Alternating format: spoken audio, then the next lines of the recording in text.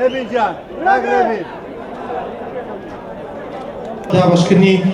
دەستپێکردنی مەراسیمی دابشکردنی خڵاتەکان لەسەر پاڵەوانی خولی نایابی کوردستان لەسەر ئاسی لاوانیانەی هەولێر تکایە هاوکارمان بۆی مەراسیمەکە بە شێوەیەکی جوان بەڕێوە بچێت.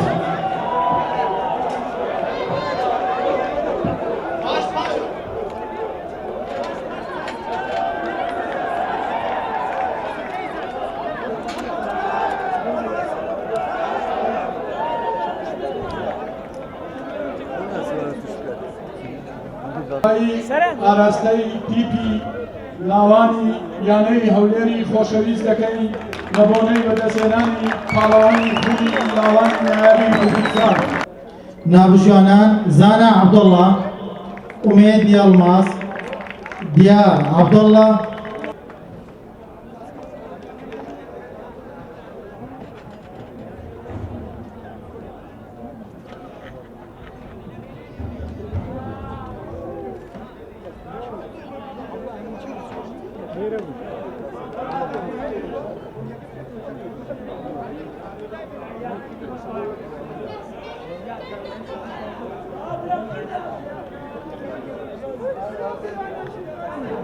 پێشمەرگە سلێمانی یاد عوسمان بە تۆمارکردنی نۆگۆ.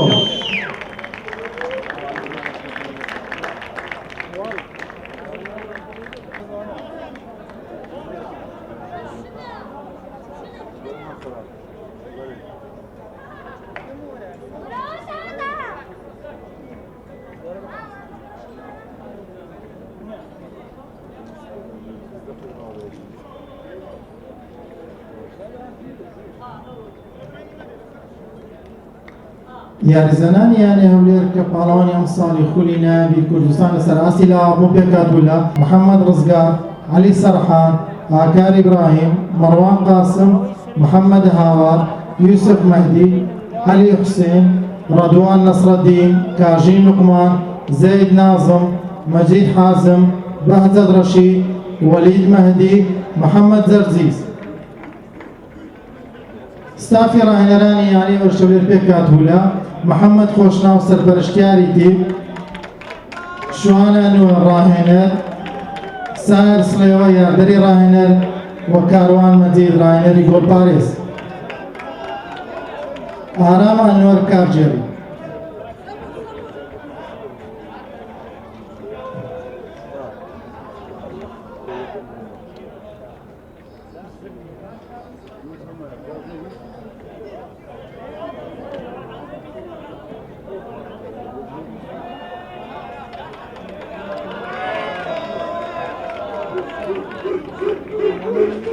شیلان هەولێر لە کۆکردنەوە 28 ساڵ بۆتە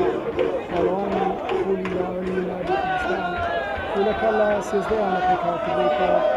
یاریەکانی بە سیستەمێک کۆمەڵە بەیەک خول ئەنجامداوە کە هەر یانەیەک ئەنجامدا بەبێ چوونەوەتن. یانی هەولێر بە پلەکەنا بە پێکهاتووی 28 ساڵ یعنی سیلانە لە کۆکردنەوە 24 ساڵ ئەخوی دوم هات بە جیازی گۆڵ بە پێشانی نەورۆز کەوتۆخەوی بە هەمان شێوە خدمەتکەی حسێن.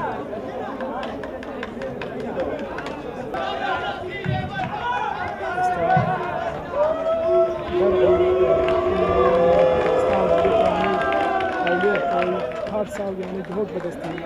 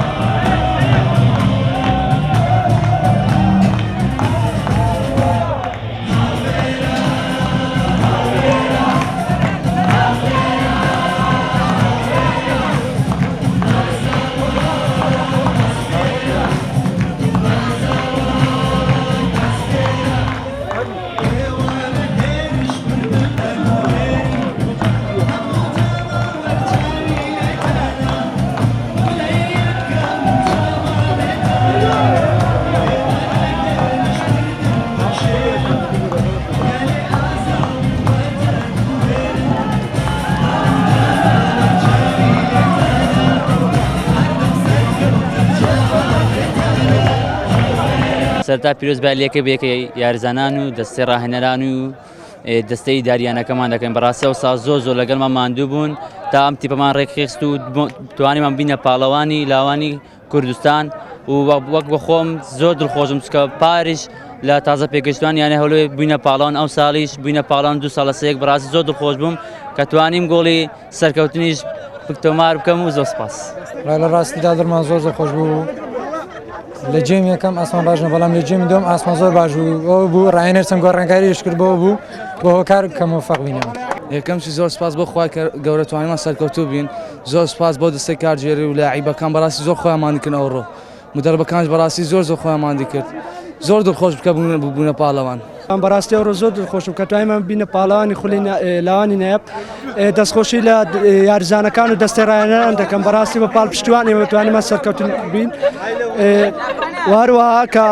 بەدیلەکانیش کرد بەدیلەکان زۆر سەرکەوتون کە توانێت ببینە پاڵەوانەکە بەڕاستی زۆر دڵخۆش بووین بە تایبەت بە خۆم چکە من لە ناشین پاریسان کاسمان کرد ئەو ساریش کاسەسێک 2 سال لە سەیەک زۆر ینی زۆر دڵخۆشی لەو من دەستیام لای خۆش بەڕاستی زۆر ماندی بووین زۆر ینی بیدای زۆر خۆمە ئازکم بەیەک دەستیاومان کاسەکەمانی ناو دڵخۆشین بۆی بووینە پاڵەوان لە یەکەم سەرەتاوە دەستخۆشی لە مدرب دەکەین کاپسیۆن کاپ سایر کاپتون کاروان لەگەڵمان ماندی بوون 5 یاری گۆڵم نەخوارد بازم یاری هەڵەیەکم کرد ئەویش لاعیبەکان قەرەبیان بۆ کردمەوە ئێستاش دڵخۆش ئەم یاریزانەکان سەرەتا بە نایخوای دڵخۆشیێکی یەکجار زۆرە بوون پاڵانی کوردستان لەوەم ساڵ ئێمە سوپاسی کاتژێڕیانەکە دەکەین کە توانین ئەستافێکی یەکجار بەهێزی ڕاهێنەران هەڵبژێن ئەوانش توانیان ئەو یاریزانە باشانەی هەولێر خڕکەنەوە و بوون پاڵەوانی کوردستان ڕاستە لە یاریەکەشدا بە گۆلێک لە دواوین بەڵام ئێمە لە بیدایەت یاریەکەوە ینی پاڵە پۆستە یەکجار زۆرمان لە سەیانی نەورۆز کرد بوو ئێوە توانیشمان خۆمان بگەینە گۆلەکەیەوان لە کۆتا خولەکانی یاریەکە بەڕاستی دڵخۆشیێکی یەکجار زۆرە ئەمەش دەگەڕێتەوە بۆ ماندیبوون یاریزانەکان بۆ ماوەی 6 مانگە و بۆ ئەو ماندیبوونەی ڕاهێنەران و دەستەی کارژێری لەگەڵماندا. دڵخۆشم ئەم ساڵش توانیمان ببینە پاڵەوانی خولی ناوی کوردستان پاش ساڵش ببینە پاڵەوانی خولی تازە پێگەشتوانی کوردستان دەستخۆشی لە ئیدارە و یاریزانان و کادر تەدریبی دەکەم بە هەوڵ و ماندیبوونی هەموو لایەک بوو توانیمان بینە پاڵەوانی خولی ناوی کوردستان. بەڕاستی هەوڵ و ماندیبوونێکی زۆرماندا شۆتی یەکەم بەڕاستی ئێمە ئەوە یاریکردنی ئێمە نەبوو بەڵام شۆتی دۆم توانیمان بینەوە ناو یاریگا و توانیمان گۆلی بەرامبەر تۆمار بکەین و بە یەکسانی بەسەرکەوین و ئیتر تا دڵخۆش بین. هەوڵی زۆرماندایە بەڕاستی لە بیدایەتی دەوری ئێمە وەکو منافسی هەموو تیپەکانمان کردیا بەڵام تاکە منافسی کە زۆر لێمان نێزیک بی و لەسەر نازناوەکە شێبرچێ بکەین نەورۆز بوو ئەو ڕۆژ کۆتا یاریمان بوو لەگەر یانەی نەورۆز یانەیەکی زۆر بەهێز بوو یانەیەک بوو کە ئەویش دەتوانم بڵێم بە مستحق بوو کە لەو تەرتیبە بوو لەگەمە منافس بوون سپاس بۆ خوای ئێمە توانیمان کە سەرکەوتوو بین پیرۆزباوی لە یاریزانانم دەکەم پیرۆزباوی لە دەستەی ئیدارەی هەولێر دەکەم ئێمە وەکو ڕاهێنەر دائیمەن لە خزمەتی وەرشوانانین ئینشاڵڵا بەردەوام دەبین تا پێمان بکرێ ئێمە خزمەتی وەرشی شاری هەولێر و شاری کوردستان دەکەین بۆ پێگەیاندنی یاریزان ئێمە تەقسیری ناکەین ئینشاڵڵا.